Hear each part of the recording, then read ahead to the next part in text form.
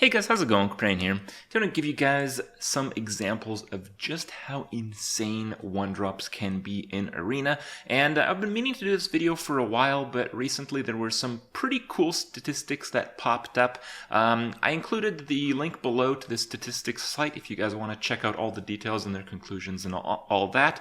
But basically, most of it is summarized in this screen. So just so you guys understand, basically 0 times lucky, 1 times lucky, and 2 times lucky are defined as 0 times lucky means going second. Yes, in Arena that is very unlucky, even though it happens about half the time.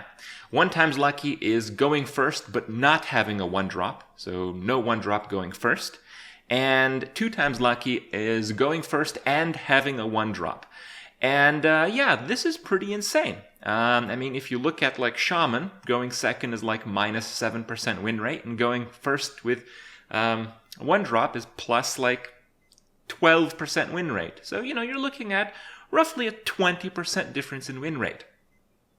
I wonder who could have predicted this and was complaining about it all the goddamn time. Yes, this is a real problem in Arena.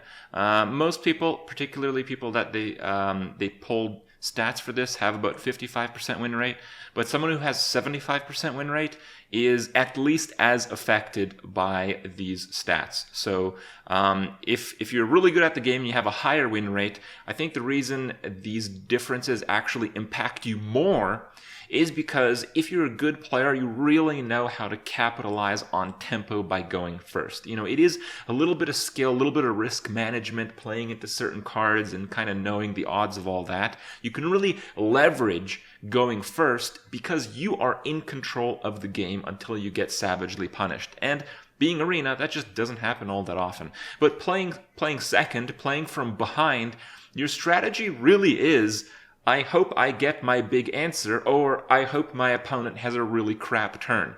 And being a good player versus being an average player in that spot really has the same kind of results. So yeah, I mean, your opponent not having anything doesn't really have anything to do with my ability to play the game.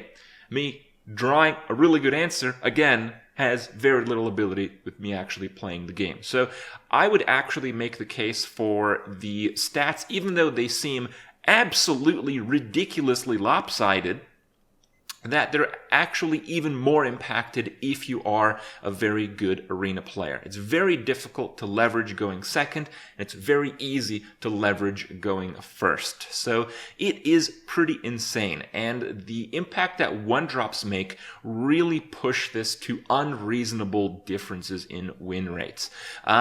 1-drops are just so insane. 1-drops typically in the classic Hearthstone had 1 health, and yeah, 2-drops were just, you know, 2 3s, 3 2s, so almost every 2-drop beat almost every 1-drop for free traditionally, and that's why most people didn't actually pick very many 1-drops. But these days, it's different. There's not that many, but there's a reasonable number of 1-drops that are basically 2-drops. And if you go first and play a 2-drop, your opponent who goes second literally cannot outpace that. So if you go first and have something resembling a zombie chow, your opponent almost in no circumstance can counter that and begin winning the game. It's impossible. Right? You just can't do it. So if I have a 1-drop like that and I have a decent 2-drop, decent 3-drop, decent 4-drop, there's literally no chance for my opponent to actually swing back the game unless he has a very, fitting board clear or very specific counters. There's no cards in general that, going second are advantageous. You just kind of have to get lucky and the puzzle pieces have to fit your way. It's the only real way that you counter the 1-drop push in Arena. And yeah, it gets pretty insane.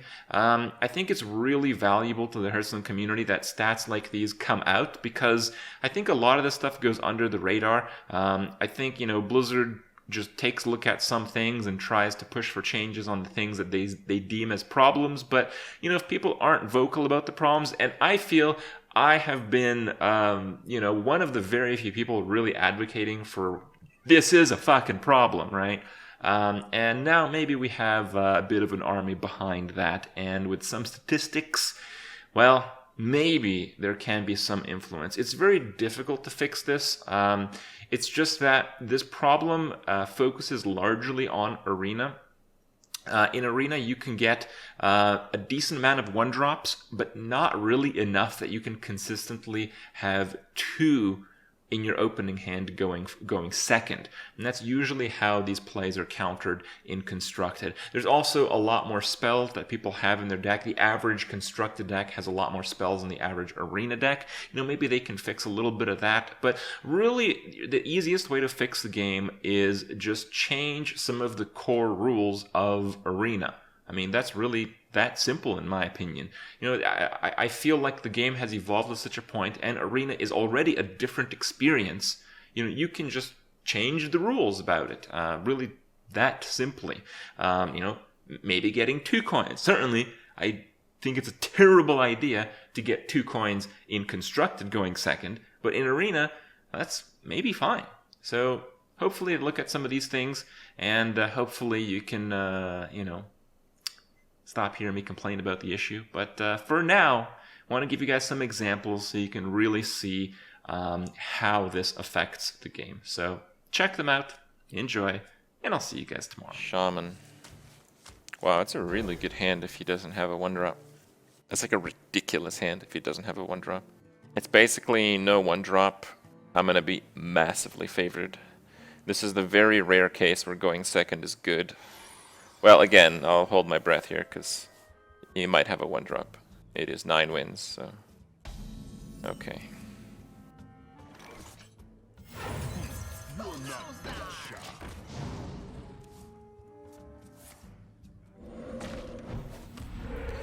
Rip.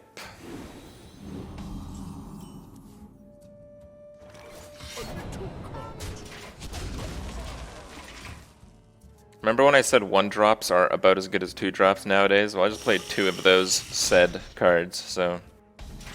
yeah.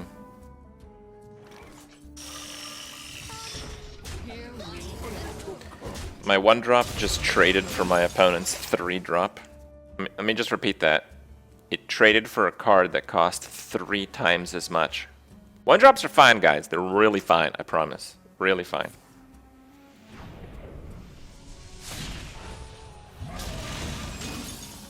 They're actually possibly ultra fine.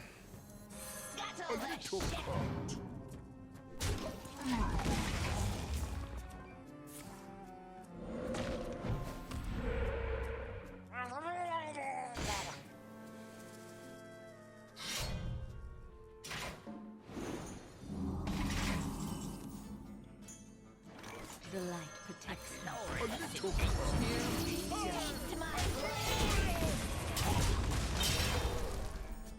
Okay. Oh, see ya.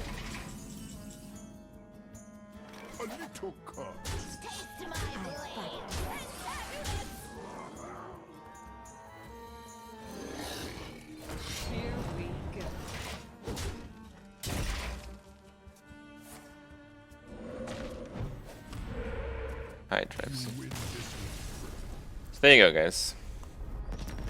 1-drops. Pretty good cards. Second on Hunter. It's not too bad. No, I don't really want to play Fallout. The game takes forever to play through. Maybe I'll hop on the Fallout train if I have nothing to do when the next one comes out. They made 4 of something, they're gonna make 5 of something.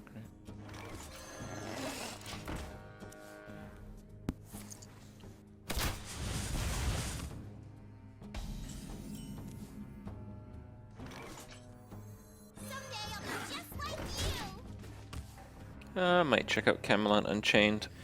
It's just, I haven't really gotten into MMOs. I think MMOs might be pretty dead for me. I don't know. Thing is, I used to really, really love MMOs. I played MMOs for what, like 11 years of my life. But since I quit WoW the last time, like I played WoW a little bit. I played a few of the other MMOs. They're nice games. I can see why people would like them. But it just doesn't do it for me.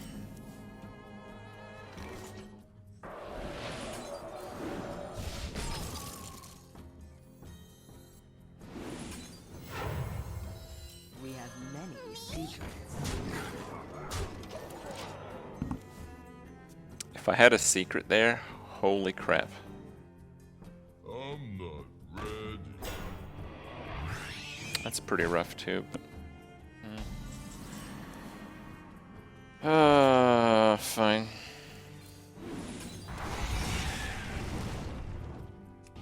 I guess I'll kill that off.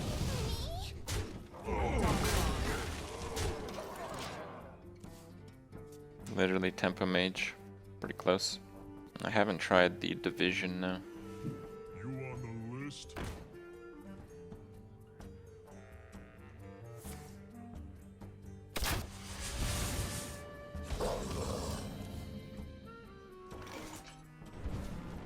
For Dawn. That guy just lost turn 5 in Arena. That is pretty ridiculous.